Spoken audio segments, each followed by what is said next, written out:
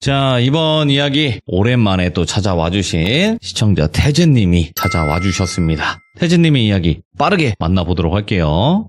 여보세요. 태진님 안녕하십니까? 네, 안녕합니다. 안녕해요. 네, 너무 안녕하네요. 네, 안녕이란 걸 한번 해보려고요, 이제. 아이고, 반갑습니다. 반갑습니다. 네, 반갑습니다. 네. 오늘 그래도 태진님께서 이렇게 찾아와 주셨고, 오늘 해주실 이야기는 어떤 이야기일지 굉장히 궁금합니다. 오늘의 이야기는 네. 반전에 반전을 더한 이야기입니다. 반전에 반전을 더한 이야기. 예, 뭐 줄여서 반반반. 도대체, 네. 아니요, 어떤 이야기길래 이렇게 또 반전이 3번씩이나 들어가는지 한번 들어보도록 하겠습니다. 렛츠고! 이리십니다. 태지죠!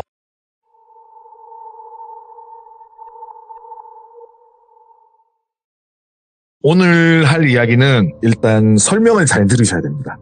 전 분명히 미리 말씀드린 건데 설명에도 뒤에 또 반전이 있어요.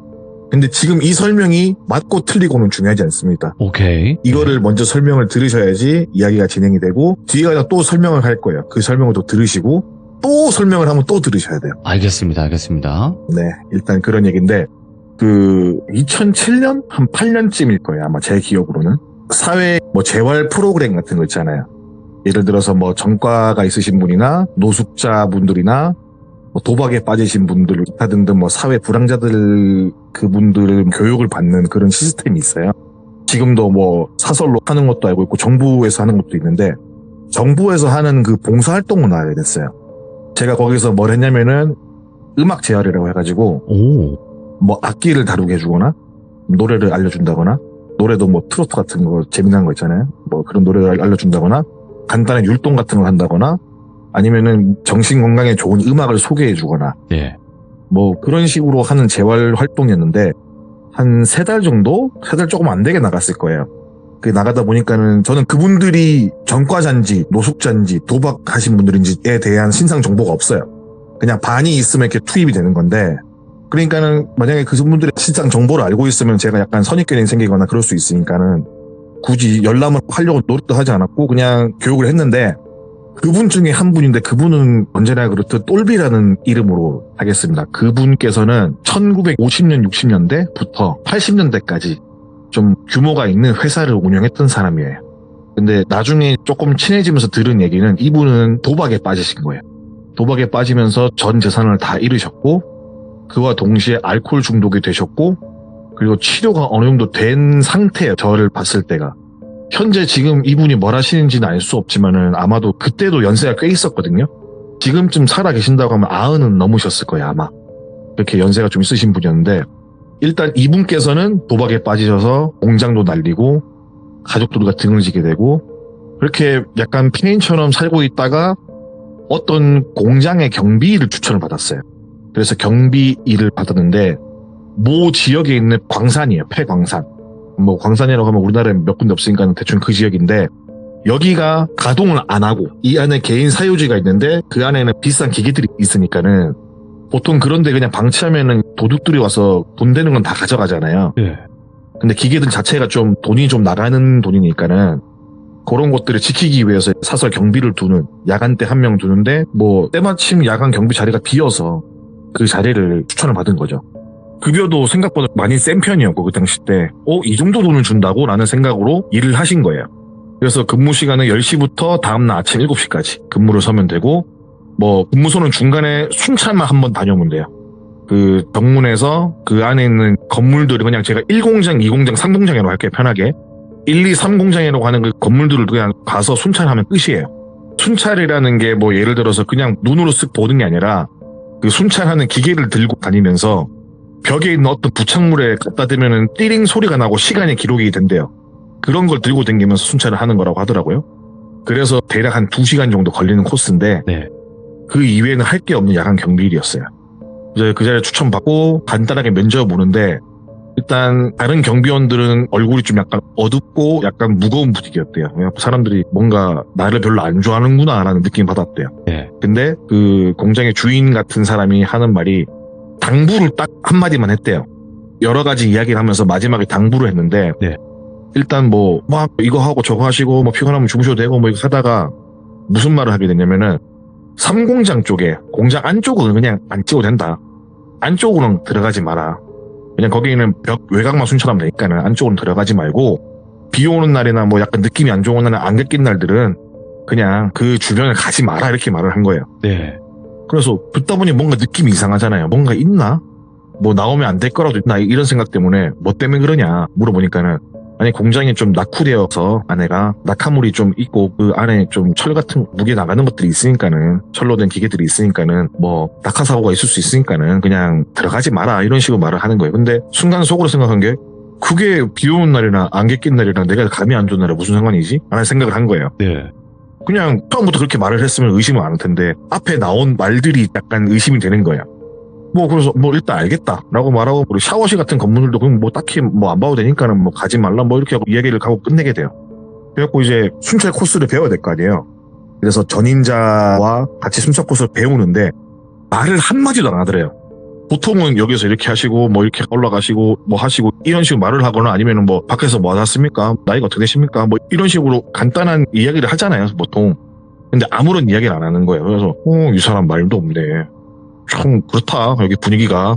근데 여기를 들어왔는데 어두컴컴하고 무서울 거 아니에요. 손전등 하나 켜고 이제 순찰하니까는. 근데 뭐 별로 무서운 것도 없고 뭔가 정감도 가고 괜찮더래요. 그래갖고 괜찮네. 내가 야간 경비가 일이 몸에 맞나 보다. 뭐 친근하네. 이런 생각을 한 거예요. 그렇게 경비실로 돌아와서 있는데 그 사람은 순찰 들어가서 바로 간이 침대에 누워서 잠을 자고 그 똘비라는 분은 TV를 보면서 시간을 보내다가 이제 퇴근을 하게 돼요. 그래서 그렇게 교육을 받고 다음날부터 이제 자기 혼자 근무니까 출근했죠. 다음날에. 출근해서 이것저것 할 것도 없고 그냥 순찰만 한번 돌고 끝이니까. 그리고 또 야간에 피곤하니까 간이 침대에 자도 되고 또 배고프면은 어디 나가서 살 게 없잖아요. 그 근처에서. 그러니까는 냉장고에 항상 부식들이 많았대요. 그렇게 뭐 아무 일도 없이 순탄하게 흘러갔어요. 야, 뭐 내가 이렇게 해서 돈 받아도 되나 할 만큼 너무 순탄하게 굴러가고 뭐 TV 틀어놓고 보고 잠 오면 자고 이런 식으로 일을 했대요. 그렇게 한 일주일에서 보름 가까이 지났을 무렵에 그냥 똑같이 순찰을 톡톡 걷고 있는데 이제 1, 2, 3공장이라고 제가 편하게 말씀드렸잖아요. 그래서 이제 두 번째 공장에서 나와서 세 번째 공장을 걷고 있는데 내재기가 내재라! 라고 귀에 대고 누가 소리를 지르더래요. 깜짝 놀라고 후레쉬를 뒤에 붙이면 아무도 없어요. 너무 놀라서 욕을 막 하고 뭐야 이씨! 주변을 둘러보는데 아무것도 안 보이고 그냥 철로 된 기계들과 이제 건물들만 있고 아무도 없는 거예요. 그래서 순간 잘못 들은 건가? 라는 생각인데 발은 안 떨어지는 거예요. 그래서 무섭다 빨리 하고 가야겠다 라는 생각으로 최대한 빠르게 3공장 앞 외곽을 순찰하는데 내재기라 내재라 라는 소리가 또 들리는 거예요. 내 자리다 내 자리야? 내재기라 내재라. 내재기라 내재라가 뭐죠? 예. 그래서 귀에 대고 누군가 속삭이듯이 말을 하는 거예요. 들고 있던 후레쉬에 떨굴 만큼 깜짝 놀라가지고 예. 후레쉬를 또 다시 주워가지고 막 이 새끼 너 뭐야 막 욕을 하면서 비춰보고 없어요. 그래서 막 공장 사이사이 유리창을 비춰봐도 보이는 게 없고 혹시나 해서 위를 보고 밑을 다 비춰봐 없는 거예요. 근데 이게 한 번이면 잘못 들었다 싶을 수 있는데 두 번째니까는 너무 무서워서 발을 뗄 수가 없었대요. 뭔가 내가 발을 떼면 또 말을 걸 것 같고 그래서 프레시만 들고 계속 서 있는 자리에서 비추기를 수십 분을 하고 있는데 이러면 안 되겠다 싶어가지고 하나 둘 셋 하면 경비실까지 뛰자. 어차피 뛰어가면은 한 300~400m밖에 안 되니까는 뛰어가자. 이런 생각으로 눈 딱 감고 뛰자. 한번 뭐 하나 둘 셋 팍 뛰었대요. 팍 뛰어가지고 경비실 앞에 문 뚫려고 딱 들어갔는데 내재기라 내재라 이러는 거예요. 또 바로 옆에서 아예 귀에 대고 말하는 것처럼. 그래서 이분이 이러면서 들어가가지고 문 딱 닫고 창문 밖에 누가 있는지 보고 보니까 아무도 안 보이는 거예요. 어떤 이상 징후도 없고 이게 계속 귀에 들리니까는 이게 무슨 말이에요? 내재기라 내재라예요. 일단 단어가. 그때는 무슨 말 하는지도 제대로 못 들었고 너무 무서운 거예요. 뭔 일이지? 내가 기가 약해서 그런가? 이런 생각 하잖아요. 귀신 보는 사람 그럴 수 있잖아요. 내가 이상한 건가? 하는 생각을 하고 있는데 의자에 앉아가지고 가만히 있고 잠을 청하기도 무섭고 왜냐면 또 눈 감으면 뭔가 올 것 같고 무섭잖아요. 혼자 있으니까는. 그래서 불이란 불은 다 켜고 뜬 눈으로 멀뚱히 서가지고 앉지도 않고 서가지고 등을 벽에 기대고 창문 쪽을 계속 비추면서 하루를 보내고 아침에 교대 근무자가 오더래요. 그래서 불이 나게 아무 말도 안 하고 옷만 챙겨서 퇴근을 했다고 합니다. 그리고 숙소로 가가지고 가만히 앉아있는데 내가 이랬던 착각인지 아니면 어떤 진짜 이상한 현상인지 도무지 알 수가 없는 거예요. 그래서 이런저런 생각을 하다 보니까는 또 출근 시간이 다가오더래요. 예. 잠도 못 잤는데 하고 출근을 해야 되나 말아야 하나 이런 생각을 하다가 그래도 이렇게 그만두는 거 아닌 것 같으니까 출근을 해서 일단 못하겠다고 이야기를 하자. 예. 하고 나서 뭐 이야기를 하든 일단 출근을 하자 라는 생각으로 다시 출근을 하게 된 거예요. 네. 경비실에 딱 들어갔는데 그 처음에 면접받던 사장 같은 사람이랑 썼다고 그랬잖아요. 그 사람이랑 주간 근무자가 눈이 동그래져가지고 너무나 반갑게 맞아주는 거예요. 아이고 오셨냐면서. 그래갖고 이 똘비라는 분이 뭐지? 뭔 일이지? 싶어서 어리둥절하고 있는데 그 사장 같은 사람이 말하기를 오늘 안 나올 줄 알았다고. 근무자 말로는 뭐 놀라서 집에 가길래 야간 근무에 안 나오겠다. 이거 어떻게 해야 되나 하면서 대책 회의를 하고 있었는데 출근을 해서 다행이다 라고 이야기를 하신 거예요. 근데 그 똘비라는 분이 그 말을 듣고 그만두겠다 라고 이제 말씀을 하려고 하실 왔다 라고 말을 한 거예요. 그러니까 그 사장이라는 사람이 가만히 골똘히 생각을 하면서 하는 말이 지금 받는 급여에 50%를 더 주겠다. 그리고 이 일을 좀 해달라. 어차피 여기가 1, 2년 정도만 있으면은 이 물건들이 다 팔리고 나가고 어차피 여기는 허물고 딴 거 할 건데 길게도 아니고 1년이다. 그때까지 내가 월급 50% 매달 인상해주고 명절 보너스랑 연말 보너스 같은 거 섭섭치 않게 챙겨주겠다. 이런 이야기를 하신 거예요. 그래서 고민을 좀 하다가 50% 인상은 좀 약간 파급적이잖아요. 네. 이렇게 고민을 하면서 알겠다. 그럼 내가 그 일을 하겠다라고 말을 하게 된 거예요. 그리고 공장 안에 있는 건물은 그 대신 내가 안 들어가겠다. 밖에 그 외곽만 순찰을 하겠다. 그걸 허락해주면 내가 그러면 50% 인상 받고 하겠다니까는 오케이 그렇게 하라고 말을 한 거예요. 그래서 사실은 퇴사를 하기 위해서 출근을 했는데 다시 일을 하게 된 거잖아요. 근데 솔직히 말해서 일을 하고 싶겠어요. 그 전날에 그런 일을 당했는데. 그래서 순찰을 나가는 시간에 가야 하나 말아야 하나 고민을 엄청 했대요. 이렇게 후레쉬 하나 들면서 손바닥을 탁탁 치면서 내가 가야 되나 말아야 되나 그 생각을 엄청 하셨대요. 그래서 나가면서 경비실을 나서는 순간부터 한숨 쉬고 그 주변 광경 한번 둘러보고 내가 이게 돌아야 되나 말아야 되나 엄청 고민을 했는데 그래도 돈을 받았으니까 일을 해야 될 거 아니에요. 그래서 순찰을 시작합니다. 순찰을 하면서 처음엔 별일이 없었대요. 없어가지고 오늘은 별일 없겠지. 진짜 한 걸음 걷고 프레시 탁 돌리고 한 걸음 걷고 탁 돌리고 반복을 했대요. 그리고 예를 들어서 뭐 기독교 노래도 부르고 갑자기 찬송가도 부르고 갑자기 또 불경도 외우고 이런 식으로 막 한 거예요. 근데 또 막 이렇게 하면서 이제 약간 사람이라는 게 적응의 동물이라고 하다 보면 또 적응이 되잖아요. 이렇게 하다가 좀 무서움이 좀 덜해지는 순간에 내장이라 내잖아! 라는 이야기가 또 들리는 거예요. 근데 이게 또 삼공장쯤 근처쯤 오니까는 그 소리가 나는 거예요. 이상하다? 라는 생각과 동시에 너무 무서워서 그 자리에 또 멈춰 있는 거죠. 와, 이거는 진짜 무서워가지고 웅크릴 수밖에 없어가지고 웅크리고 있었대요. 달달달 떨면서. 이거 어떡하지 하면서 이렇게 하면서 후제실을 또 슬쩍 일어나서 비추니까는 예? 아무도 안 보여요. 근데 제가 그 똘비라는 분이 오른쪽을 살짝 보는데 왼쪽에서 왼쪽 귀에다 대고 내재기라 내재라 라는 말이 또 들리는 순간 기절을 하게 돼요. 이분께서. 이분 말씀으로는 얼마나 지났는지 모르겠다 라는 말씀하셨는데 눈을 떠보니까 어느 병원의 병실에 있었어요. 그래서 내가 기절해서 병원에 왔나 보다. 너무 무섭다. 내가 기절했었구나. 내가 기절을 해가지고 다음날에 밝았구나. 이런 생각을 했대요. 맨 처음에. 눈 뜨자마자 딱 그 생각을 하신 거예요. 그래서 병실을 둘러보는데 병실이 보통 뭐 6인실이 있고 개인실이 있고 뭐 8인실이 있고 이러잖아요. 근데 병실에 자기 말고 아무도 없고 한 방으로 되어 있더래요. 문은 잠겨 있고. 그래서 어느 영화에서 보면은 정신병동처럼 이렇게 잠겨 있는 구조가 뭔가 느낌이. 그래서 내가 왜 이런 병실에 갇혀 있지? 라고 문을 여는데 문이 안 열려요. 그래서 왜 밖에 나가지 못하지? 왜 문이 잠겨 있지? 라는 생각을 하고 있는데 잠시 뒤에 문이 열리고 몸이 건장한 남성 2명이 들어와요. 그리고 자신의 양팔을 양쪽에서 탁 끼고 어디론가 데려가는 거예요. 근데 힘이 너무 좋으니까는 이분은 나이도 있으시고 하니까는 속절없이 끌려가시는데 가면서 물어봤대요. 예? 뭐 하는 거냐고, 여기 어디냐고, 당신은 누구냐고, 놓으라고, 누구냐고. 그러니까 그분들 아무 말도 안 하고 어떤 사무실에 딱 넣어주는 거예요. 문을 딱 닫고 거기 딱 앉혀놓고 옆에 딱 그 자신을 데리고 온 다른 덩치 좋은 분은 옆에 딱 서고, 근데 거기에 의사로 보이는 사람이 앉아서 씩 웃더래요. 잘 잤어요? 이렇게 말을 하더래요. 그래갖고 여기가 어디냐고, 당신들 뭔데 나한테 이러냐고 하니까 당황스럽잖아요. 자기는 분명히 어제까지 근무를 쓰고 있었는데 갑자기 병원에 끌려와 있으니까. 근데 의사가 또 잘 주무셨어요? 뭐 괜찮으세요? 그러니까 네, 일단 몸은 괜찮다고, 잘 잔 것 같다고. 의사가 씩 웃으면서 막 뭘 적으시면서 하는 말을, 뭐 기억나는 거 있으세요? 물어보는 거예요. 어제까지 자신이 있었던 일을 딱 말한 거예요. 내가 이렇게 돼가지고 이렇게 되는 기억이까지 난다. 근데 내가 왜 여기 왔는지 이유를 모르겠다.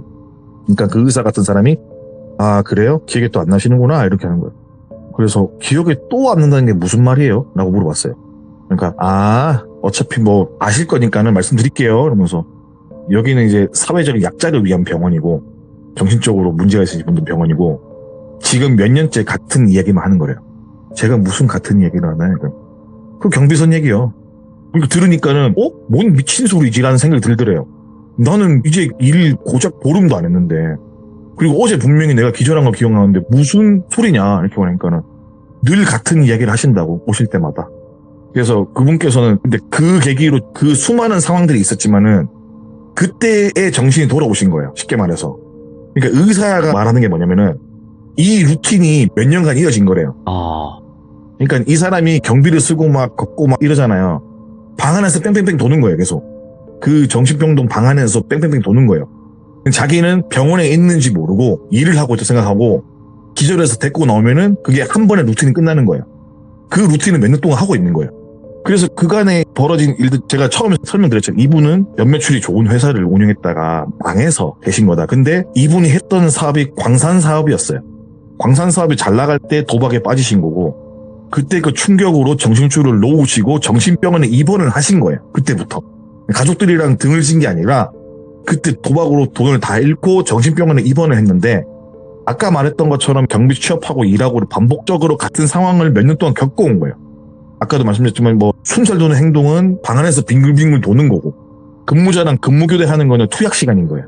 자기는 이제 그렇게 숙소라고 말씀드렸잖아요. 그러니까는 투약하는 시간대에 기억 끊기고 다음날이 되고 다음날이 되고 다음날이 되고 이거를 며칠 동안 한 번 하면 루틴 하면 끝나는 거예요. 보름 정도 가까이 하면은. 그래서 그 루틴이 끝나면 와서 면담을 하고 기억을 어떻게 하고 있나 물어보고 하는데 몇 년 동안 똑같은 거예요. 그러니까 의사 입장에서는 오늘도 똑같은 말을 하겠네 했는데 오늘은 뭔가 제정신처럼 말을 하는 거예요, 이 사람이. 그래서 의사 똑같은 이야기만 하시는데 오늘은 약간 다른 이야기도 한다 이런 식으로 말을 한 거예요. 근데 솔직히 자다 일어나가지고 제가 지금 돌비 라디오로 참여하고 있지만 다음날 일어나가지고 사실 이건 네 혼자만의 생각이다. 넌 지금 계속 정신병원에 몇 년 동안 있었다라고 말하면 믿을 사람이 누가 있을까요? 없지 않을까요? 예. 그래서 그렇게 못 믿겠다는 투로 말을 했는데 거울 한번 보세요 이렇게 말하면서 거울을 쓱 내미는 거예요. 근데 아무리 내가 젊게 산다고 해도 10년 뒤에 내 모습은 늙어 있을 거 아니에요. 보는데 어제 봤던 내 얼굴이 아닌 거예요. 10년이 누가 봐도 나이가 많이 먹고 그리고 살도 빠져가지고 가죽만 붙은 자신을 보게 된 거예요. 거기서 어느 순간 전구에 불이 갑자기 팍 하고 들어온 듯이 정신이 돌아와 버리니까는 그 현실을 인정하고 치료를 받으면서 퇴원 수속까지 한 1, 2년 정도가 더 지났다고 말씀하셨거든요. 네. 1, 2년 뒤에 나오니까는 가족들은 연락이 안 되고 일을 하려고 쳐다봐도 마땅한 의욕도 없이 지내다가 이 센터까지 와서 교육을 받게 된 과정이라고 저한테 말씀하신 거예요. 근데 이 얘기도 처음 간날 들은 게 아니라 이분께서 말이 없어요. 그리고 사람들을 되게 기피했어요. 처음부터. 그러다가 나중에 좀 친해져서 듣게 된 이야기거든요. 근데 이 사람께서 똘비라는 분이 말씀하시기를 생각을 해보라고. 나는 현생을 살고 있는데 내가 봤던 모든 게 아니라고 생각을 하니까는 지금도 아닐 수 있지 않냐고. 나는 도박에 빠져서 폐가 망신만 기억하는데 치료 중에 알게 된 건 내가 알코올 중독이었고 가족들 손찌검도 하고 동네에서 왈패처럼 소리 막 지르고 다니고 이랬던 거 다 지워지고 예. 폐가 망신해서 경비를 하러 왔다라는 그 기억으로 바로 넘어갔는데 어느 누가 내가 지금 말을 하는 거 믿겠냐고. 이것도 아닐 수도 있다는 생각을 하는 거예요. 그리고 이분께서 그 말씀하신 게 그 순찰 갔던 그 건물이 자기 건물이에요. 얼마나 아깝고 날려버린 그 재산들이 아깝고 얼마나 애착이 있었으면은 기억도 못 하는데 그 정신 나간 와중에서 자기가 원래 가지고 있던 건물의 경비로 환상의 삶을 살았다는 거예요. 그냥 일하는 것처럼. 그래갖고 그분께서 그런 얘기 하니까 이렇게 도박이 무섭구나. 그리고 정신이 이런 식으로 나갈 수도 있구나 라는 생각이 드는 거예요. 그래서 내가 혹시라도 진짜 무슨 일이 있더라도 도박 같은 거 하면 절대 안 되겠다 이런 생각을 했죠. 예. 그리고 슬픈 얘기구나 하고 저는 그분 얘기 듣고 이제 많은 걸 느꼈는데 마지막 날에 봉사활동 담당하신 담당자분께서 저한테 오시더만은 그 얘기 하는 거예요. 저 똘비 아저씨랑 무슨 얘기 했어요? 물어보더라고요. 예? 별 얘기 안 했는데 왜요? 그러니까 저 아저씨 말하는 거 거의 처음 본다고. 그래서 그래요? 이렇게 말을 했는데 죄송한데 무슨 얘기 했나요? 물어보는 거예요. 계속. 뭐 별 얘기이긴 한데 말씀드렸죠. 이러이러한 이야기를 들었다. 이 아저씨가 정신 나갔다가 뭐 이렇게 하니까 이런 부분이 있다. 이런 부분이 있고 듣다 보면 좀 소름 돋는 것 같다. 그래서 나는 뭐 이 얘기 들으니까 뭐 도박은 절대 하면 안 되겠다. 라는 식의 이야기를 했죠. 그러니까 그 담당자분께서 말씀하시는 게, 그래요? 그러니까 이게 그래요라는 단어가 이상한 거예요. 그래서 운을 띄운 뒤에 하시는 이야기가, 근데 나는 그런 이야기는 들은 적 없고, 저분이 인적사항에는 옛날에 광산에서 일할 때 인부들이 많이 돌아가시고, 정신이 나가버리셨다고, 치료받으시고 뭐 괜찮으신 광산 담당자라고만 들었는데, 뭐 물론 저도 직접적으로 들은 게 아니기 때문에 내가 아는 인적사항이나 기록이나 뭐 거기서 얼핏 봤을 때는 이분이 광산을 소유했다거나 그런 건 없는데, 그냥 단지 광산에서 안 좋은 일을 겪은 걸로만 알고 있는데, 거기서 그것 때문에 전과도 생기고 이분은 전과자에다 정신 이상으로 오신 거라고. 예. 그게 좀 나아지셔갖고 재활을 오신 건데 그런 얘기를 하신다고? 라고 하는 거예요. 담당자분께서 이런저런 얘기를 막 해주시는데 대충 이거예요. 이분께서 말씀하시는 사업은 이 사람 게 아니에요. 예. 애초에. 이 사람은 그 광산에서 같이 일하는 사람들을 착취하고 못 살게 굴었던 사람이에요. 그러니까 예를 들어서 하루 일당 10만 원이면 10만 원 중에 4만 원을 갈취하고 예. 뭐 예를 들어서 일한 양이 있으면 그걸 줄이고 막 그렇게 해서 그 광산에 사람들이 엄청 많이 돌아가셨다고 하더라고요. 그래서 그걸 담당하던 그 반장이라고 해야 되나 뭐 그런 직책이었겠죠. 예. 그래서 그 사람 때문에 돌아가신 분들이 많아갖고 이 사람이 죄를 뒤집어 쓰고 교도소로 갔던 사람인데 이 사람이 왜 자기가 광산을 소유하고 있었다는 얘기를 하는 건지 그분께서 말씀하시는 거예요. 우리는 그렇게 알고 있지 않다고. 이 서류상으로는 이렇게 돼 있다고. 서류는 제가 볼 수가 없잖아요. 그분은 어차피 공무원이니까 볼 수 있는 거고 저는 관계자가 아니니까 볼 수가 없는데 그렇게 말씀하시는 거예요. 그리고 저는 그분을 싹 봤죠. 그냥 예. 그런 얘기 하면서 그분을 딱 봤는데 그분께서는 그냥 눈에 초점이 또 없어요. 또 구석에 쭈그려가고 계시는 거예요. 근데 느끼는 게 뭐냐면은 이분 얘기는 다 거짓말인 것 같은 거예요. 일단은. 이분은 정신병이 있는 건 확실한데 팩트는 누군가를 괴롭히고 착취하고 못 살게 굴었던 사람인 거예요. 예. 옛날에 한 7, 80년대 그때 이렇게 일을 했던 사람인데 그 기억을 잊기 위해서 안 좋은 기억을 잊기 위해서 자기가 그래도 약간 좋은 쪽으로 자신만의 기억 속에서 사는 사람인 것 같더라고요. 이야, 예. 그래서 이게 저는 뭐 귀신 이야기는 아니지만 예. 이분께서 하는 말이 정말 논리정연했고 예. 앞뒤가 딱딱 맞았고 그래서 아주 무서웠던 기억 속에 있는 그런 이야기입니다. 와. 그러니까 이게 정보를 미리 다 알고 이렇게 얘기할 거예요라고 들었으면 전혀 예상을 딱 하면서 그랬군요 하면서 넘어갈 수 있는 얘기인데 이걸 네. 모르고 그렇게 상대를 하신 거니까. 그리고 그 대부분 모르실 거 생각한 저도 몰랐거든요. 예. 내재기라는 말은 도망쳐라 도망쳐 이 뜻이에요. 그 뭐 사투리인가 뭐예요 그게? 사투리래요 이게. 내재기라 그- 내재라? 도망쳐라 도망쳐 뭐 그런 말이래요. 뭐 오. 도망치라는 단어라고 하더라고요. 뭐 내빼라. 그러니까 뭐 이런 이 사람이 느낌인가? 들었던 거는 이 안에서도 이거를 깨고 빨리 도망쳐라라는 의미인 거지 아니면은 너 때문에 사람들이 죽었으니까는 그 삼공장을 들어가지 말고 도망쳐라라는 건지. 그리고 삼공장에 대한 이야기는 거기가 갱이에요. 갱입구예요. 삼공장은. 오, 예. 근데 그 갱에서 돌아오시는 분 많다 그랬잖아요 제가. 네. 거기를 들어가지 못하게 한 건 아마 자기도 자기만의 방어벽 같은 게 아니었을까. 온전하지 않은 정신 중에서도 예. 뭐 그랬던 그 뒷얘기는 저만 생각이에요 그냥. 와, 근데 그런 아까 일이 처음에 얘기를 해주셨듯이 반전이 있을 거다 이 이야기에. 네. 그렇게 얘기해 네. 주셨잖아요. 그럴 수밖에 없는 네네. 얘기네 이거는. 그렇죠. 반전도 있었는데 또 반전이 있는. 그러니까요. 예. 와, 근데 중간중간 계속 나왔던 내재기라 내재라 이게 무슨 말인가 되게 궁금했는데 그렇게 도망가라 도망쳐 좀 이런 느낌으로 받아들이면 될 것 같네요 저희도. 맞습니다.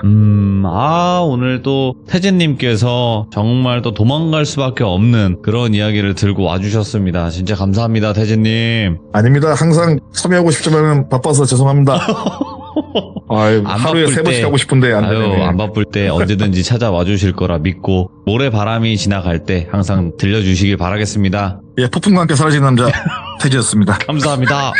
네, 알겠습니다. 수고하십시오. 고맙습니다. 안녕하세요. 네. 자, 태진님은 굉장히 시들무에 오래 참여하신 시청자분이세요, 여러분들. 조상 중에 한 분이시죠, 이분도. 모래바람이 불 때 그런 느낌으로 생각을 해주시면 될 것 같고요. 태진님께서 앞으로 또 여러 가지 이야기들을 시간 나실 때 또 많이 바쁘시다 보니까 이렇게 오실 수 있을 때 이야기를 들려주실 것 같습니다. 하지만 오늘 이야기도 반전에 반전이 있는 아주 섬뜩한 이야기가 아니었나 개인적으로 생각하고 있습니다. 감사합니다.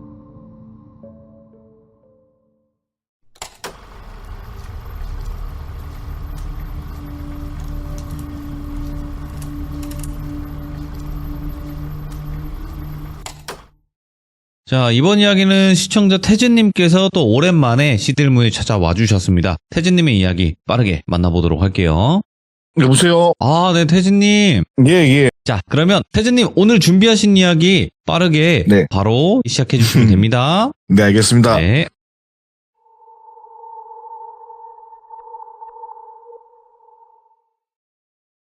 일단 이번 이야기의 주인공은 여성분인데요. 요분의 나이는 현재 한 30대 한 중반, 후반, 그거는 정확히 밝히지 않겠습니다. 이분은 직업이 댄서 출신의 안무 제작하는 분이시고요. 이분이 댄서 시절 겪었던 그런 이야기라기보다는 아마도 이런 이야기는 저희 시드무에서도 좀 많이 다뤄졌던 내용으로 저는 알고 있어요. 그런 이야기 중에 하나인 불법 대출에 관한 이야기입니다. 예? 그러니까 우리가 흔히 겪는 불법 대출이라고 이야기를 하면은 그냥 어떻게 선이자를 떼는 대출이라든가 아니면은 이 사람이 못 갚아서 벌어지는 그런 일들이 많잖아요. 그런 게 아니라 조금 많이 기묘하고 이런 대출이 있나? 이렇게 받은 사람이 있을까는 저는 처음 들어봤거든요, 이 얘기를. 뭐지? 예?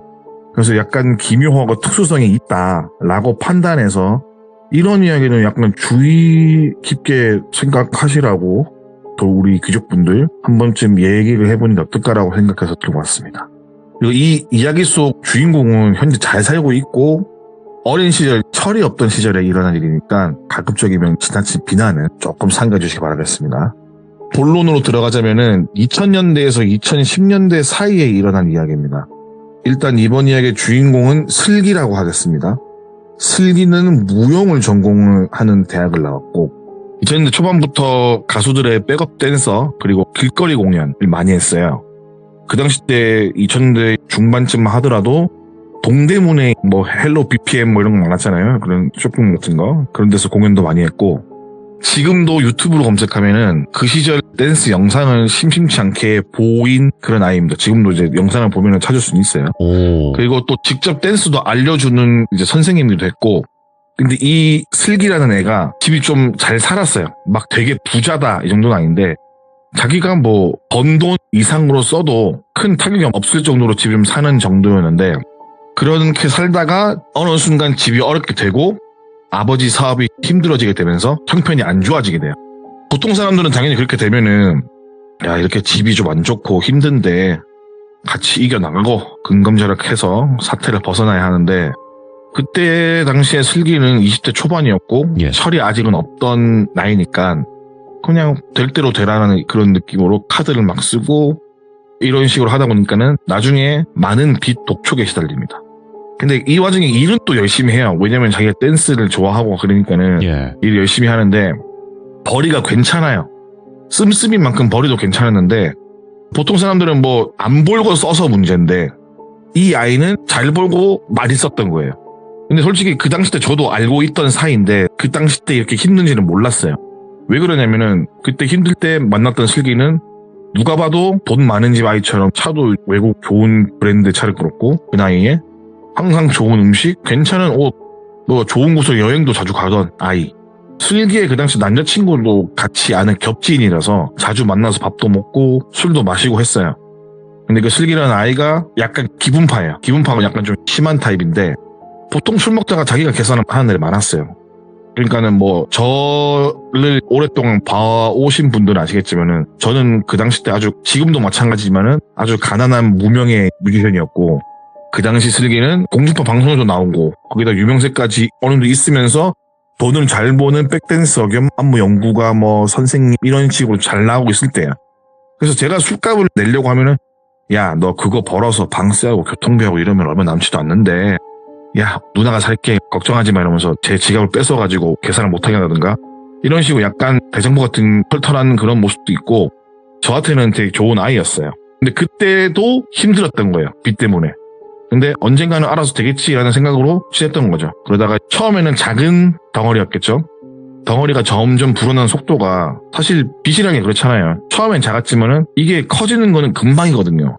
그러니까 어느 날부터 이제 빚이 빚을 더하고 그 빚이 빚을 더하고 벌이가 괜찮았지만은 빚에 빚을 갚는데 돈이 다 빠져나가버리는 상황까지 된 거예요. 자기가 벌어들인 수입이 쉽게 말해서 넘쳐 흘러버린 게 된 거죠. 이게 고여있던 게. 하루에 한 번씩 몇 번씩 독촉 전화에 독촉장에 그리고 뭐 정상적인 생활을 할 수 없을 정도로 망가져버리게 돼요. 일상이. 이제 그 빚 독촉 때문에. 그러다 보니까 안무 연습장에 찾아오는 빚쟁이도 있었고, 근데 그 사태 때 처음에 20대 나이에 이런 거면 쪽팔리잖아요, 솔직히 말해서.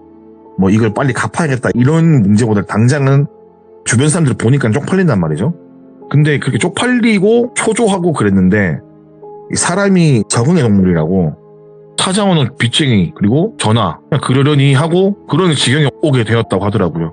근데 얘도 마냥 생각이 없는 게 아니라 빚을 갚기 위해서 가지고 있던 뭐 보석이라든가 장신구, 차 같은 것도 빨리 팔아서 급한 불을 끄고 예를 들어서 금액이 3억이라고 치면은 1.5억 정도는 그런 식으로 갚았다고 하더라고요. 그렇게 그 찾아오는 것도 그러려니 하고 그렇다고 빚을 안 갚는 것도 아니고 자기 노력에서는 최선을 다해 갚고 있는데 그렇게 잘 갚던 와중에 평상시에 알고 지내던 오빠가 슬기한테 접근을 해옵니다. 이 오빠라는 사람은 똘비라고 칭하겠습니다. 이 똘비라는 사람은 그 당시 수도권에서 활동 중인 건달이었고요. 근데 다른 건달들처럼 몸에 문신이 있거나 그렇다고 언행이 거칠거나 그런 타입이 아니고 정말 젠틀하고 말도 조리 있게 잘하고 인서울 4년제를 나온 배울 만큼 배운 엘리트 건달이었다고 해요. 근데 이분이 하는 일이 뭐 흔히 하는 나쁜 일이라기보다는 방송 쪽으로도 일도 하고 그래서 그런 일자리가 있으면 슬기에게 일자리도 주고 그리고 여러 가지 사업을 하던 사람인데 절대 뭐 나쁜 짓에 돈 버는 느낌은 아니었다고 하더라고요. 네. 그리고 슬기와 오래 알고 지낸 세월이 있고 저도 몇 번 뵀는데 봤을 때는 건달이라는 거 말하기 전까지는 솔직히 말을 해도 네. 건달이 아닌데 젊고 유망한 사업가 모습이고 주위의 평판도 좋고 사람이 서글서글 잘 웃고 어떻게 보면 다른 사람한테 사기를 안 당하면 다행일 것 같은 정도의 순박함을 가진 사람이었어요. 키도 적당히 크고 얼굴도 훈남이고 그러니까 따르는 사람들도 많고 아무튼 진짜 건달과는 정말 거리가 먼 사람이었는데 슬기랑 그분이랑 되게 친했어요. 슬기가 돈 갚기 힘들다고 투정을 부리는 날이 많이 늘었대요. 술을 먹으면은. 그래서 똘비라는 사람이 슬기야 그러면은 아는 형님이 대부업을 하는데 나를 통해서 내가 물어봐서 돈을 빌려달라고 하면 네가 지금 갚아야 되는 금액은 이자 없이 1년간 빌려줄 수 있다. 단지 중요한 건 딱 1년이다. 1년 안에 이 채무 관계를 마무리하면 아무 일도 없을 것이고 1년이 지나면 법정 이자를 넘어선 그들만의 이자가 있으니까 급하면 이야기를 해라. 잘 생각해보고 내가 알아봐 주겠다 라고 말을 했어요. 처음에 슬기는 이런 이야기를 듣고 별 생각 없이 그냥 그런 얘기를 했나 보다. 당장 그렇다면 사채까지 끌어다 쓸 정도로 급한 건 아니라고 생각해서 그냥 지나가는 일로 넘겨두게 돼요. 그렇게 또 그런 일이 있고 몇 달 정도 흘러가면서 돈 벌면 돈이 나오고 돈 벌면 돈이 나오고 전보다 더 열심히 일을 하는데 원금이 줄어드는 걸 떠나서 이자가 너무 아깝다는 생각을 했대요. 사람이 열심히 빚을 갚다가 중간에 현타가 온 거죠. 아, 내가 이렇게 갚았는데 이만큼밖에 안 뜨는 거야. 진짜 열심히 갚고 있는데 라는 생각에 일전에 똘비 오빠가 말했던 이야기가 생각이 나게 되는 거예요. 그래서 혹시라는 마음에 똘비 오빠에게 전화를 하게 됩니다. 똘비 오빠랑 전화를 받고 슬기가 이러이러한 이유로 그때 말했던 돈을 빌려줄 수 있냐 이자 없이 이렇게 말을 하니 똘비 오빠가 잠시 생각에 잠긴 다음에 알겠다 알아보겠다 라는 이야기를 하고 전화를 끊었어요. 끊기 전에 똘비가 슬기가 했던 이야기 중에 슬기가 기억에 남았던 게 뭐냐면은 야 그래 네가 원하니까 내가 아는 형한테 이야기를 해볼게. 근데 이건 알아야 된다. 남의 돈에는 칼이 숨어 있어. 넌 내가 믿는 동생이고 어릴 때부터 봐왔으니까는 거기다가 네가 빚을 갚기 위해서 지금 열심히 일하는 것도 내가 알고 노력하는 거 알기 때문에 내가 알아는 봐주겠는데 너도 이 사람하고 전화통화를 해보고 내가 말했던 거랑 틀린 조건이거나 다른 이야기를 하면은 그냥 끊어도 된다. 대신 네가 빌리게 되면은 절대적으로 약속을 지켜라. 대신 지키지 못하면은 그 뒤에 벌어지는 일은 내가 어떻게 할 수 있는 그런 레벨이 아니다 라고 말을 했던 게 기억에 남는다고 하더라고요. 그리고 여기서 말씀드리자면 이 똘비 형님은 반전이 있는 캐릭터 아니에요.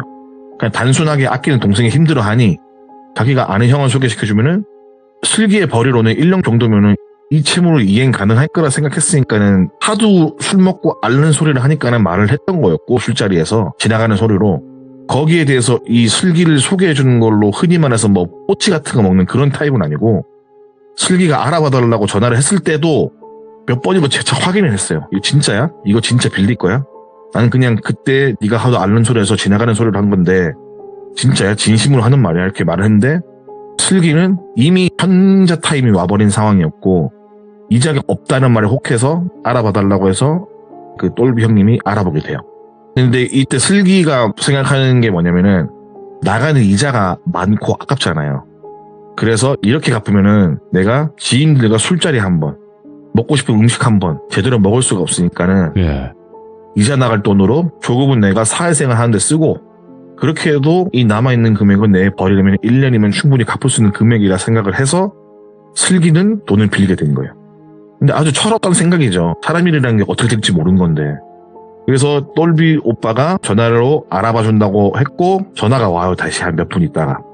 그래서 똘비 오빠가 슬비에게 이런 얘기를 합니다.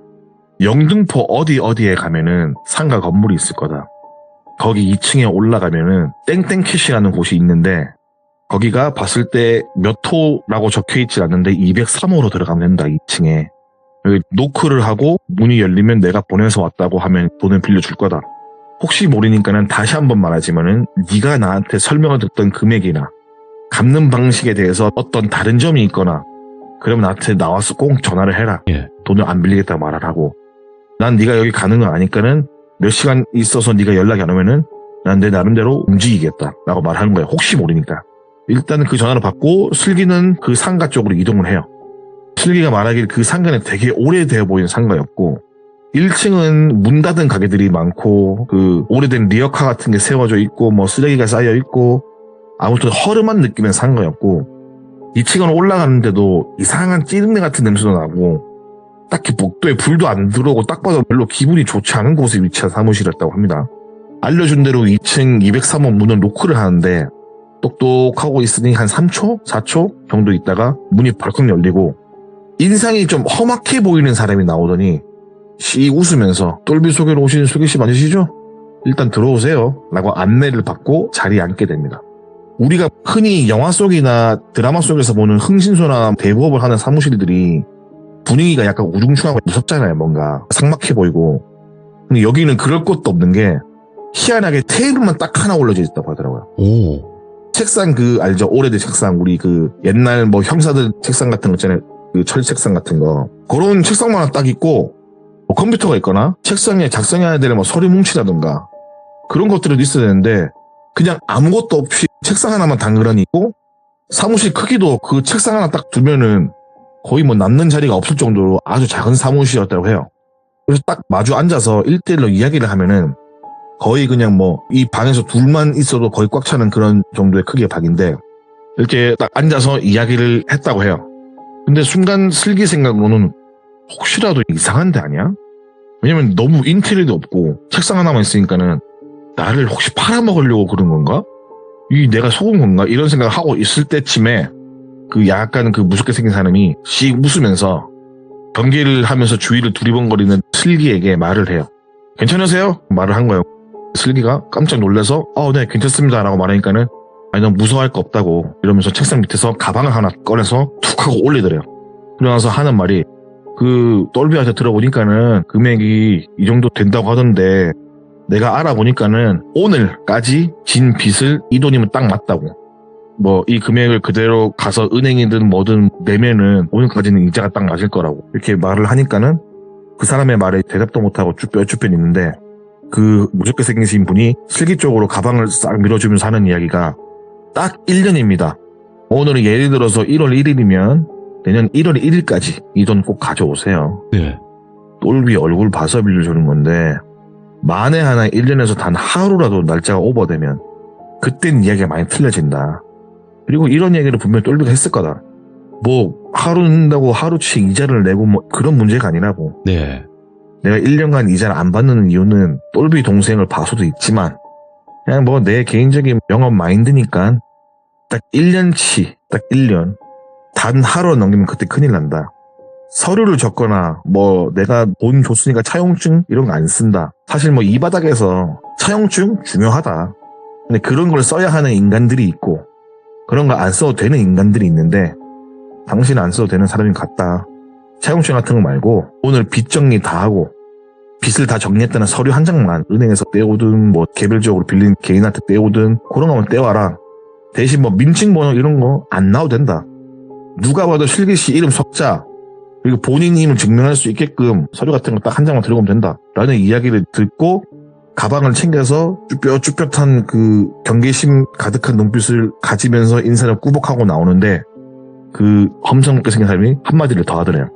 아이고 내가 이걸 깜빡했는데 여기다가 뭐 1년 지나서 못 갚으면은 빚을 갚을 수 있는 대행이나 우리 회사가 움직이는 거에 대해 동의한다는 사인 한 번만 부탁한다고. 그리고 정 못 갚을 것 같으면은 잠수를 타래요. 잠수를 타고 도망을 쳐도 상관은 없다. 1년 뒤에 못 갚을 것 같으면 차라리 그렇게 해라. 도망칠 수 있으면은 1년 안에만 갚으면 아무 문제가 없고 1년 뒤에 못 갚으면은 이제 뒷일은 알아서 해라. 거기에 대한 사인만 해주고 가라. 그렇게 뭐에 홀린 듯 돈 받고 지장 찍고 사인하고 나오니까는 곰곰이 생각을 하니까는 괜히 쫄리고 야 내가 이 돈을 괜히 빌려달라고 말했나? 라는 생각이 다시 가방을 놓고 와야 하나 했는데 그 흔들리는 마음도 그냥 그 사람을 다시 보고 싶지 않은 정도로 약간 분위기가 묘하고 이질적이라서 일단 빚부터 정리하고 생각을 하자라는 생각에 빚을 그냥 다 정리를 하고 그 사람이 말한 대로 빚을 갚았다는 서류를 들고 다시 그 상가를 가게 되었다고 해요. 그리고 그때 다시 갔을 때는 아무런 말도 없이 그냥 서류만 받고 수고했다고 말하고 1년 뒤에 보자고 말을 하고 보내드려요.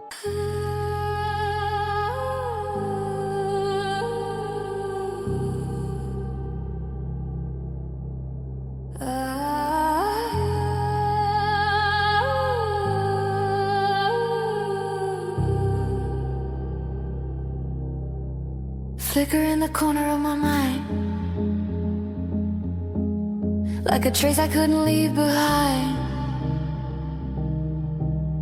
Every thought begins to split in two. One is me, the other's you. I try to reach but lose the thread. Every signal misread. Echoes in the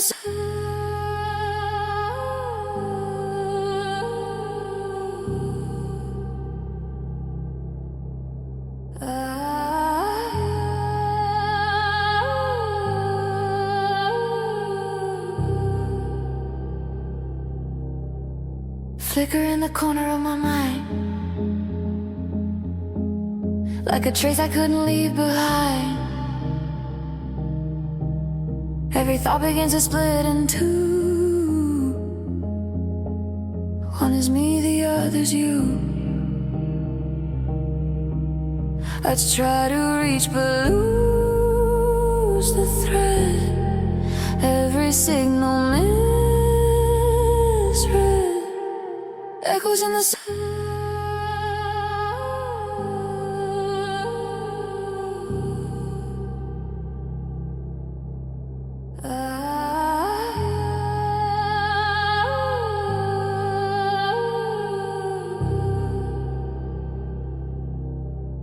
flicker in the corner of my mind,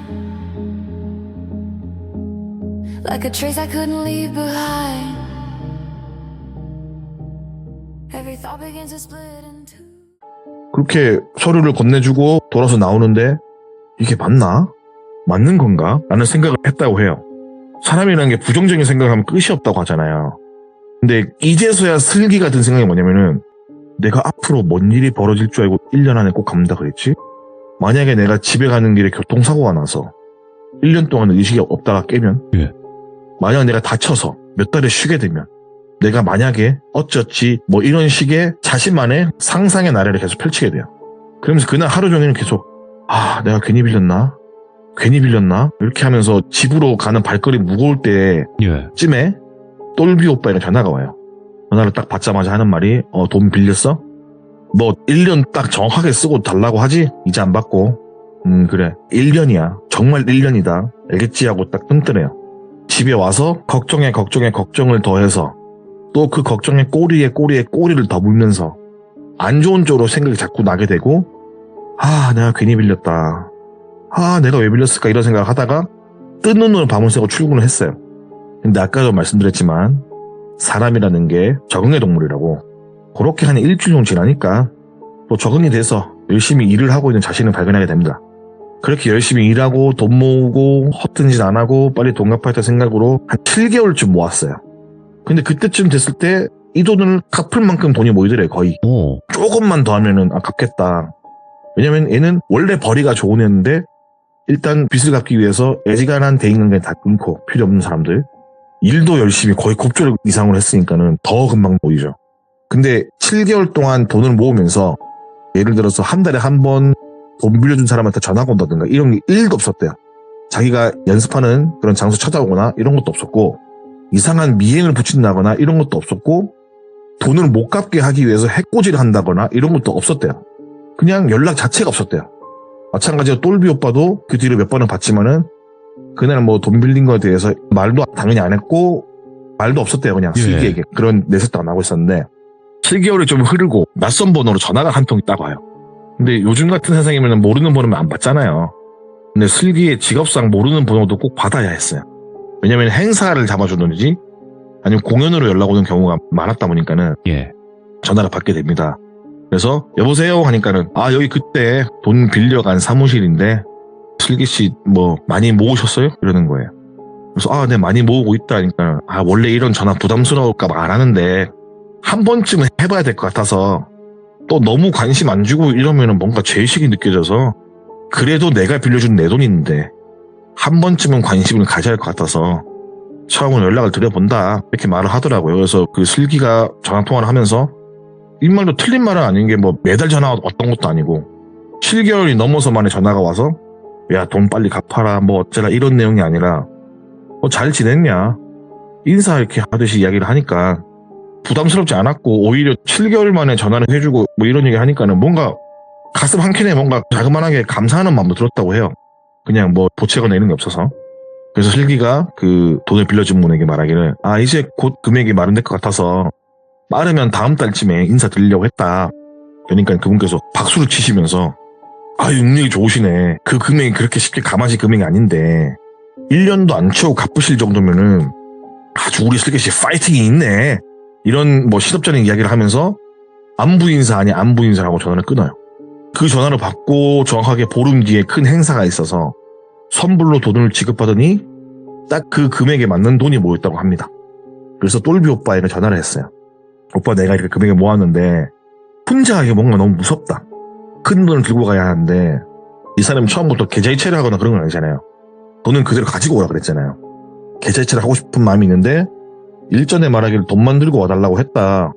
그래서 약간 가는 길이 불안한데 같이 가주면 안 되겠냐 라고 말하니까 그 똘비 오빠가 흔쾌히 그래 같이 가자.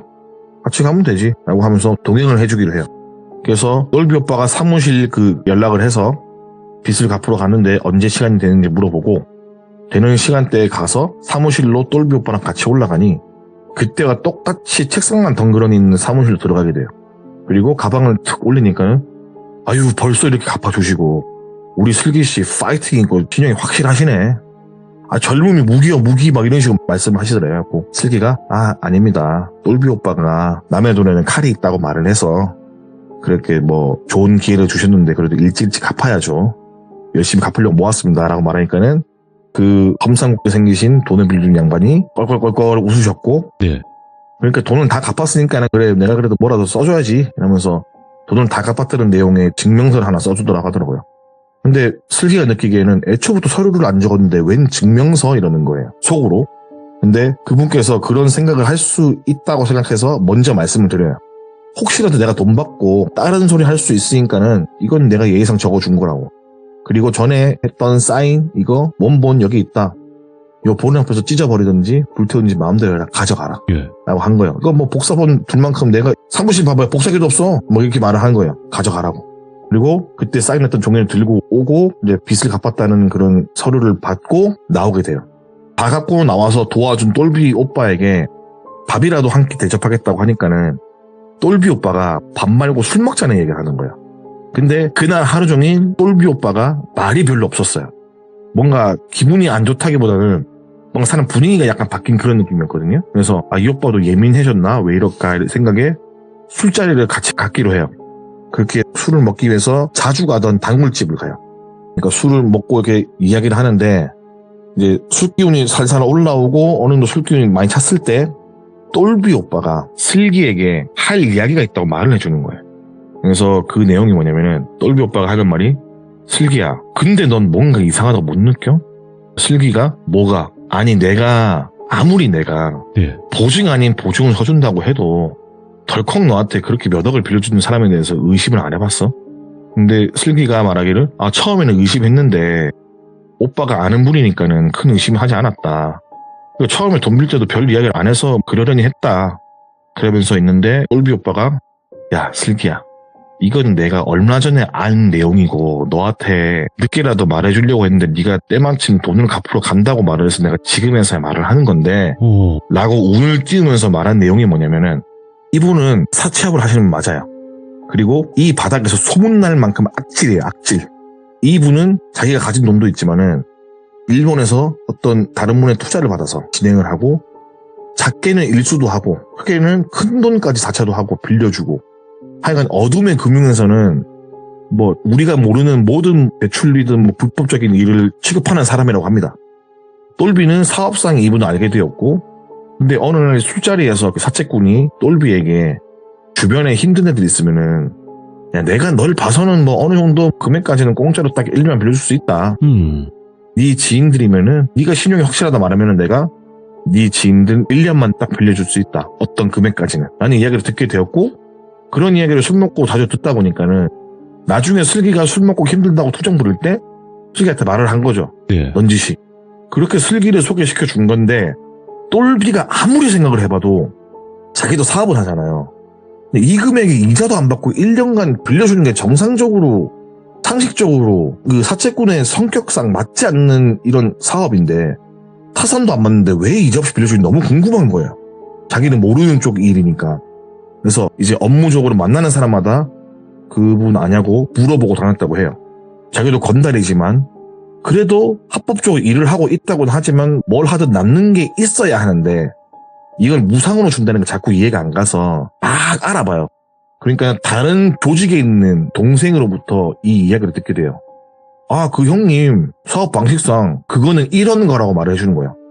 슬기가 예를 들어서 연봉을 놓치면 2억을 번다고 가정을 합시다. 2억에서 1억의 벌이는 50%잖아요. 이런 사람 특징이 내가 벌이가 이만큼 있으니까는 2억의 연봉을 가진 사람이 1억의 빚이 있으면은 뭐 나중에 조금 덜 먹고 몇 달만 참으면 갚을 수 있겠지라는 생각을 대부분 한답니다. 그러면 1억의 빚이 2억이 되겠죠? 2억의 빚이 3억으로 안 되고 바로 5억, 6억이 돼버려요. 이런 사람들은. 빚 덩어리가 뭐 이제 배수로 늘어나진 않잖아요. 솔직히 말해서. 고배고불 해버리니까. 그러면은 이런 사람들이 대부분 자기한테 온대요. 돈을 빌려달라고. 근데 이 사람은 처음 이 사람하고 독대를 하지 않아요. 왜냐면은 주변에서 이미 똘비한테 말한 것처럼 네가 아는 사람이 힘들면 내가 빌려줄 수 있다라고 뿌려놓은 그런 믿을만한 인맥 중에서 전화가 오거나 이러면 형님 아는 분이 이렇게 힘든데 빌려줄 수 있나요? 사무실로 오라고 해. 이렇게 되는 거예요. 이렇게 오면은 10명 중에 6명 정도가 이 기한을 넘겨요. 4명이 갚는 거예요. 그때부터는 엄청난 이자 그리고 엄청난 알 수 없는 압박이 자행되기 시작하는데 일단 주변에 돈 많은 사람이 당장 돈이 없어서 쩔쩔매는 걸 도와줄 때 무상으로 빌려주는 거는 일종의 투자. 예를 들어서 빌려주는 게 1억이라고 치면은 원금인 1억은 보장이 되어 있고 이걸 갚지 못할 때 벌어지는 일은 대부분 이 정도 벌이가 있는 사람들은 돈을 못 갚아서가 아니라 누가 내가 돈 못 갚는 모습을 볼까봐 전전긍긍하거든요. 돈이 중요한 게 아니라 그 자기들이 있는 인맥들 앞에서 사채꾼이 와서 빚독촉을 한다? 그게 더 쪽팔리는 거예요. 왜냐면 빚이 있는 사람은 쪽팔리는 걸 떠나서 자신의 위치, 지위가 약간 금이 가잖아요. 그러면은 어차피 내가 몇 년만 굴르면은 이 금액은 그냥 갚는 금액인데 연봉 2억에서 2억을 빚지면 1년만 바짝하면 갚을 수 있잖아요. 사실적으로. 물론 1년이 넘겠지만은. 근데 여기서 생각해야 될 게 뭐냐면은 이분이 뭐 집을 찾아가면 그러진 않아요. 회사 주변만 알짱알짱 거리는 거예요. 그리고 또 다리 건너서 또 아는 사람이 있을 거 아니에요. 그 사람하고 아는 사람한테. 그래서 뭐 예를 들어서 누구누구 아냐고 내가 그 사람 돈 빌려준다 돈을 못 받고 있다. 이런 식으로 여러 가지 방법으로 압박을 가하는 거예요. 네. 그렇게 하는 이유가 뭐냐면은 보통은 우리가 뭐 100만 원 빌렸는데 이자가 막 1000만 원 되고 막 이러잖아요. 그런 대출들은 많잖아요. 배보다 배꼽이 큰 대출. 네. 근데 그런 거를 받으려면은 애들도 가서 압박을 해야 되고 뭘 해야 되고 남는 게 없다 이거예요. 이 사람 입장에서는. 그러니까는 뭐 1,000만 원 빌려주고 2,000만 원, 3,000만 원 마른 오징어 짜서 받는 거는 애들의 인건비도 안 나오고 그리고 또 너무 험하고 내가 원하지 않게끔 욕도 해야 되고 효율성이 별로라는 거예요. 대신에 1억 빌려주고 못 갚으면은 20억, 30억을 받을 장사를 하기 때문에 이 사람은 뭐 그런 말 하는 거예요. 마른 오징어 짜서 나오는 물보다 살아있는 오징어를 짜서 받는 게 내가 하는 일이라고. 오. 2,000만 원, 3,000만 원 벌자고 이런 거 하는 거 아니라고. 뭐 다음 달에 줄게요, 내일 줄게요, 모레 줄게요, 일단 이자라도 보낼게요. 이게 뭔 효율성 제로냐. 서로 얼굴 붉히고 언성 높아지고 아유 나는 이런 거 더러운 거 못 본다. 나는 그런 짓 못한다. 전체 담이 작아서 나는 그냥 그런 거 못하고 그냥 돈 좀 있는 사람 잘 먹여놓고 쭉쭉쭉쭉쭉 짜면 나오는 거를 이렇게 안 한다고. 그런 것들은 이제 하수들이 하는 거라고. 오, 예. 그리고 그 돈 있는 사람이 신고를 만약에 할 수 있잖아요. 왜냐면 돈도 있고 오늘도 사회적으로 지위가 있으니까는. 그러면은 그분이 하는 말이 그때부터는 누구 빼기 더 센지 대결 이런 게 아니다. 일단 얘는 똥 묻은 사람이기 때문에 얘가 가지고 있는 인맥도 똥 묻을까봐 내가 가진 인맥한테 말을 해봤자 우리 둘 서로 1대1로 협상 테이블로 다시 불러서 앉힌다. 그러면은 나는 그때 원래 10억을 받으려 했던 거 그냥 6억만 받고 땡치면 된다. 그래도 나는 5억을 번 거다. 라는 식으로 말씀하신 거예요. 근데 이분이 어찌되었든 간에 말하는 게 리스크가 적잖아요. 그래서 뭐 예를 들어서 잘 못 갚는 사람한테 빌려주는 것도 아니고 어느 정도 벌여 괜찮은 사람한테 빌려주니까는 금액도 커지는 거고. 그래서 이런 이야기를 들은 슬기가 만약에 내가 돈을 못 갚았다면? 이라는 이야기로 이어졌어요. 예. 그래서 똘비 오빠가 말해주기를 네가 그 당시 때 젊고 이쁘니까는 뭐가 되었든 네 머릿속에 떠오르는 거 딱 생각해봐. 이런 일이 있고 저런 일이 있고 그런 일이 있고 요런 일이 떠오르지. 그걸 다 해서라도 하나만 하는 거 말고 그걸 다 해서라도 네가 빌린 돈의 최소한 10배는 뽑아먹고 널 놔줄 거다. 그게 네 머릿속에 떠오르는 4가지, 5가지 일이라면 그걸 다 포함해서 한꺼번에 싹 다 하는 거죠. 예. 근데 똘비 오빠가 사실은 이 이야기를 먼저 해주고 싶었다. 나도 이게 말이 안 되는 걸 알았지만은 네. 이 이자를 안 받는 게 네 사정이 급해 보여서 그냥 던진 이야기인데 네가 너무 사정사정해서 일단 소개를 시켜주고 그래서 방금처럼 내가 아는 사람을 통해서 조사를 해봤다. 근데 다시는 남의 돈을 빌리는 일을 하지 말고 살아라. 교훈 삼아서. 그리고 한 번 더 얘기하는데 마지막으로 얘기하는데 살면서 네가 어디서든 1금융이 아닌 어떤 사무실에서 대출받을 상황이 오면은 아마도 이 사람과 연관되어 있을 확률이 높다. 채권 출시만으로 돌아다니는 뭐 일반 직원도 아니고 이 사람은 와, 예. 그런 직원들을 부리는 업체들의 사장의 머리 위에서 그 사장의 돈을 달라고 빌려가는 정도로 그 위에 있는 사람이기 때문에 다음에 볼 일도 없겠지만은 혹여 볼 일이 생기는 불상사를 만들지 말아라.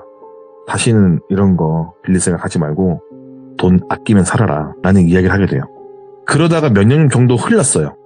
어느 TV를 딱 보는데 예. 어느 지역의 유명한 목사님이 사회봉사를 하는 그런 프로그램에 나와서 그분이 밥을 퍼주는 모습 본 거예요. 소외된 이웃들에게. 그래갖고 저 사람 이렇게 된 거예요. 근데 그때 저랑 같이 술을 먹고 있었거든요. 우연찮게 나온 그 사람 보면서 나 저 사람 아는데 하면서 저에게 들려준 이야기예요. 그리고 추가적으로 말씀드릴 게 이런 사람들은 법도 잘 알고 네. 법을 요리조리 피해서 괴롭히는 그런 일들을 많이 해요. 이런 식의 대출을 해보신 분도 계실 거고 불법 대출을 아니면 네. 뭐 이런 식으로 이제 거의 바닥까지 간 대출을 해보신 분도 계시겠지만은 이게 빌리는 것도 빌리는 거지만 갚는 데 이게 힘들거든요. 사실 빚이라는 게 이거는 이자가 이미 뭐 감당할 수 없는 수준이잖아요. 이런 게. 근데 뭐 들은 얘기로는 집도 안 찾아가고 이 사람은 말도 심하게 안 하고 폭행도 가하지 않고 정말 그거 제외한 가장 더러운 일들 다 한다고 해요. 이런 돈 빌리고 갚고 이런 이야기를 굉장히 더 섬뜩하게 잘 들려주셨는데 너무너무 감사드리고 좀 자주 와주세요. 아무리 바쁘셔도. 제가 또 바쁘다는 핑계로 항상 이렇게 조광지처를 버리고 살고 있는데. 아유, 조광지처. 어이구. 예. 네, 다음 제가 또 생에는 챙기겠습니다. 네, 저 태즈님과 만나도록 하겠습니다. 다음 생에 봬요. 그때는. 저는 싫어요. 예. 알겠습니다. 자, 오늘 네. 태즈님께서 오늘 또 그래도 밝게 이렇게 이야기해 주셔서 감사드리고요. 항상 건강하시고요. 네, 건강하세요. 감사합니다. 네, 끊겠습니다. 네, 고맙습니다. 네, 충성! 감사합니다. 오늘 태진님께서 해주신 이야기도 굉장히 섬뜩한 이야기가 아니었나 싶어요. 그리고 돈은 아까도 어떤 분들이 채팅을 많이 써주시긴 했지만 세상에 공짜가 없다. 그 말이 또 한번 와닿는 그런 이야기가 아니었나 생각이 들고요. 시청해주신 모든 분들 감사합니다.